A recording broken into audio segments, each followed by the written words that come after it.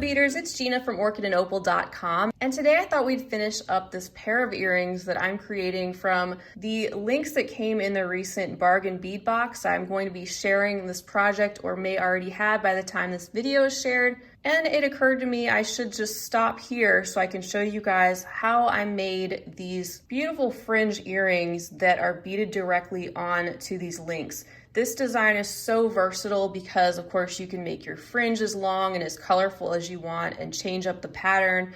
You can use all different links from triangles to circles to any type of shape that you want to bead directly onto these.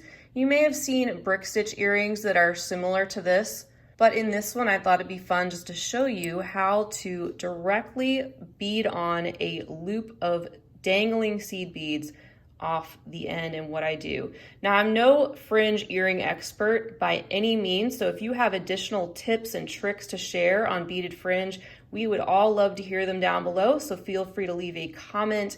I know the type of thread I'm probably using today is not ideal. I'll be using the 6-pound Fireline, and it's probably best to use maybe a 4-pound or something with a little bit more movement, but I'm just using what I have, and I still like how these came out. And the other thing I want to mention is that these gold and white beads that you see here, these are actually hex cut seed beads. So if you look at the front face of the bead, it's actually in a 6-sided shape instead of just a tube.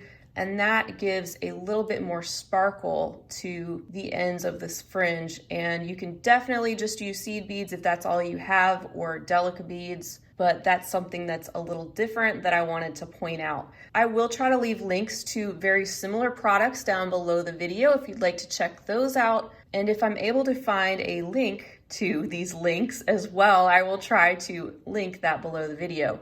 Besides that, of course, just your ear wire, and I'm going to be using a size 10 beading needle today. The amount of thread and the beads, of course, is going to vary depending on what style you decide to do. So this is what I did to create each length of fringe. We're going to do the last two together, but it's going to show you the basics and the whole idea behind making all of them. So you should be able to make the entire thing based on seeing these two done. First of all, I know that I need about 8 seed beads to wrap around this particular link, but I'm not going to add those on yet. I'm just going to start out by adding the beads that are going to be on the fringe. And sorry guys, I keep saying there's 2 more to do. There's actually 3 more to do. We'll do 2 together though. So basically the bottoms of the fringe are all the same pattern. The only thing that changes is the amount of the clear seed beads I have here at the top. And that's just to get that sort of chevron or gradient type shape, which gets larger in the center of the earrings. So everything from here down is really the same sequence. And I need to complete the fringe that goes in between the longest length and this one, which would be the one that matches this length of fringe here. And for that one, I'm going to start out with 18 of my clear seed beads. So I don't have a stop bead on this or anything. If you want to use one, definitely do that. I'm just going to hold my beads in place. I'm going to pick up 18 of these clear seed beads that are hard to see.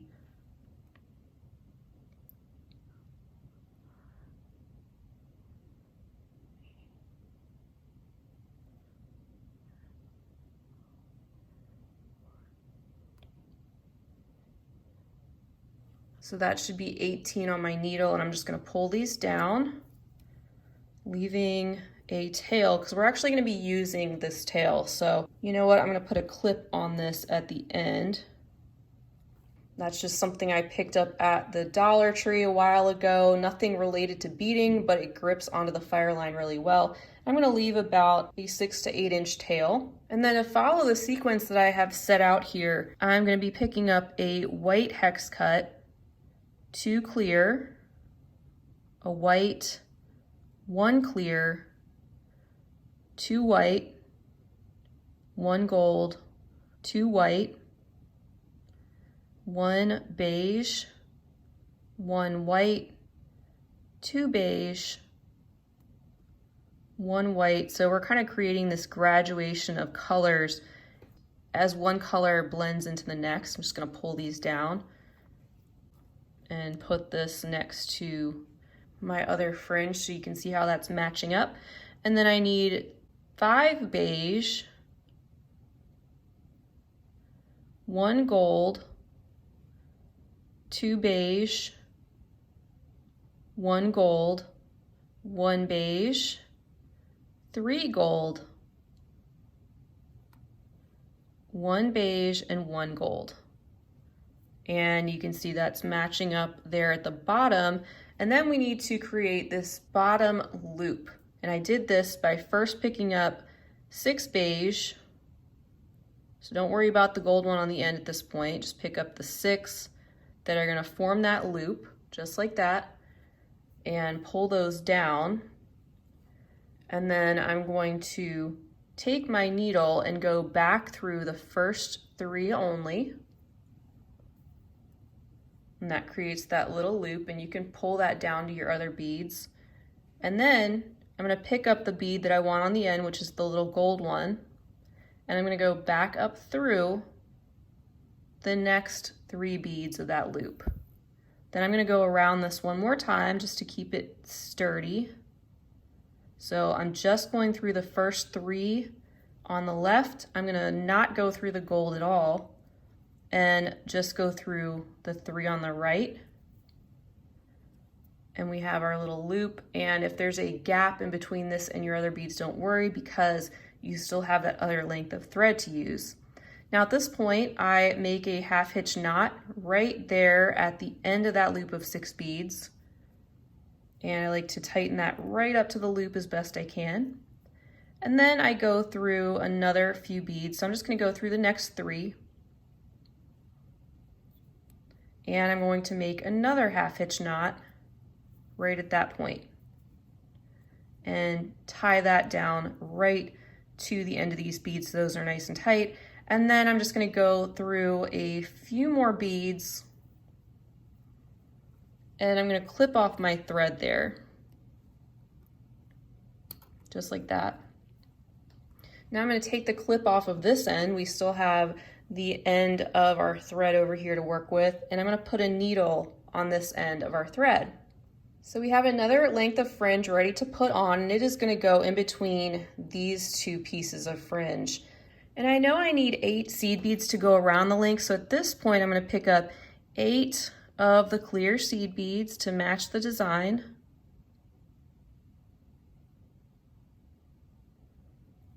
And you can pull those down to your other beads. And I'm going to take my needle and go underneath the link and just pull the beads up to that point. Again, making sure you have this piece of fringe positioned where you want it. And then I'm going to count 8 seed beads, 2, 4, 6, 8. And we want to go through all 8 of those seed beads again, swinging our needle around and going in the opposite direction. And you can see this loop is starting to form around our metal connector. If you just keep going and pull that together just like that, and continue going around again through all 8 of those beads. And I'm gonna make a little half hitch knot right here before we get to the start of the loop, just to hold that in place, and go through the next 2 beads.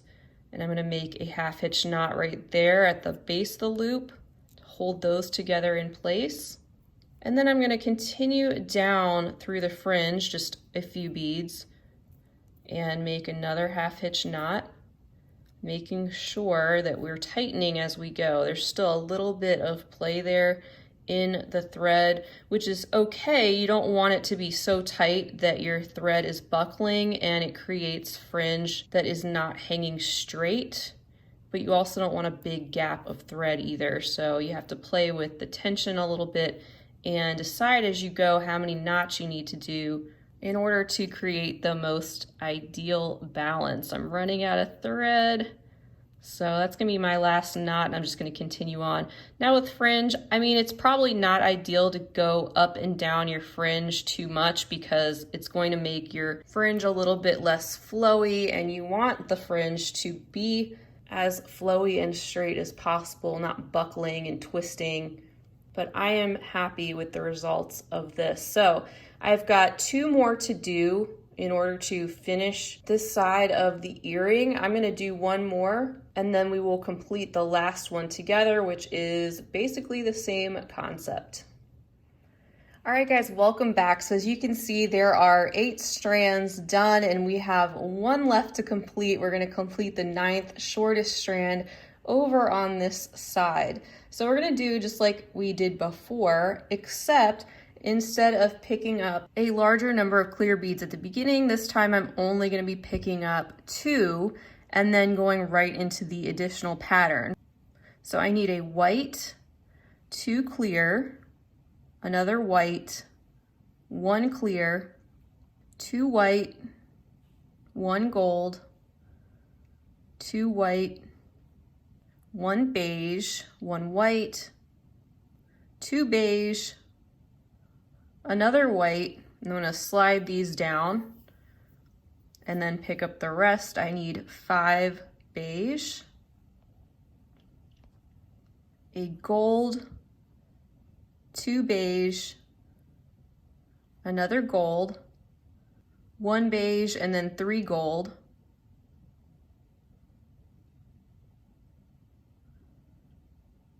and then finally 1 more beige and 1 more gold. All right, so let me pull these down, make sure that this is correct. Swing it around and match it up to my other one. And yep, that's what I want. And now we can make the segment that's going to sit at the very bottom. Again, I'm leaving myself that nice tail thread that I'm going to use later to weave that onto the component. To make the bottom of that, I need to pick up my 6 beige seed beads and string them down, and then just go through the first 3 and pulling those together, then picking up the gold that's going to sit at the very bottom.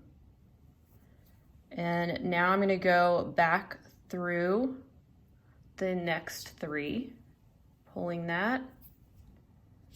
I'm going to go around this again, going through the first 3 beige seed beads and back through the other 3, skipping over that gold one.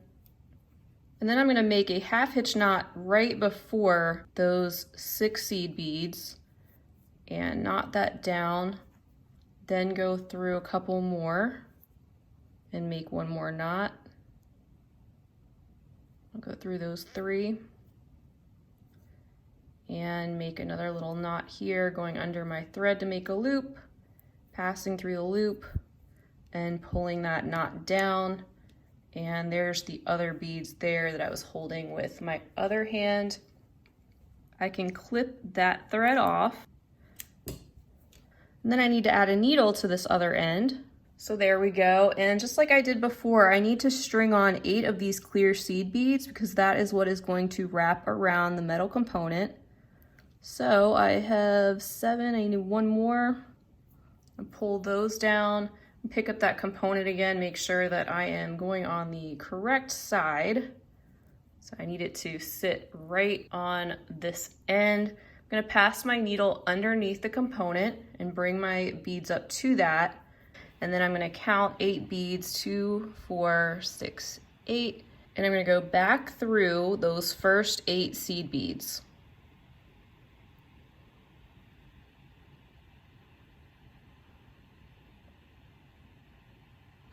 There we go. And once again, passing underneath that component and bringing all those together to form a loop and passing through that loop again past where we first started. And I'll make a little knot right here. So start tacking this together, going through those 3 seed beads. I'll make another knot, let's say at the bottom of those 8 seed beads right there. And continue going through the fringe. Now it's probably not a best practice to go through your fringe and kind of knot down the thread of your fringe if you have fringe earring expertise, but for this application it worked out just fine and I think they are still flowy and beautiful. And I'm just gonna make one more knot right there and continue on through a few more beads before clipping this off. All right, now I'm gonna trim that. All right, now let's set our work down and make sure everything looks good and is in place. And I'm really happy with that. So let's pop on the ear wire and we will admire the way that both of these look together. Give that a little twist. Pop that in my little holder, which by the way, these are tags from Amazon, and I have a special hole punch that punches these tiny holes. And I will try to remember to link those items down below if you're interested. I love using these for earring cards. But that is it for this tutorial. Here are the 2 earrings all said and done. I mean, the sky is really the limit when it comes to these fringe earrings. You can do all sorts of different things. This is just one example in the way that I created these cascading fringe earrings based on these infinity components that came in the August bargain bead box. I will also try to leave a link to that monthly subscription down below, and you can always check out the playlist I have for that unboxing as well. I want to thank you guys so much for being with me for this tutorial. Please feel free to leave me a comment right down below the video. Hopefully it helped to give you an idea of how I went about making these cascading earrings. It was a lot of fun to bring you this project. Well, I plan to be back with much more to come, so I hope you'll stick around with me for more tutorials just like this one. And until next time, I hope you have a wonderful rest of your day. And as always, happy beading. If you enjoyed this video, don't forget to give it a big thumbs up. For more content like this, don't forget to subscribe and hit the bell to be notified of my latest videos. You can check out the information section below this video for links to all my social media handles, recommended products, and my shop and blog at orchidandopal.com. Thanks for watching.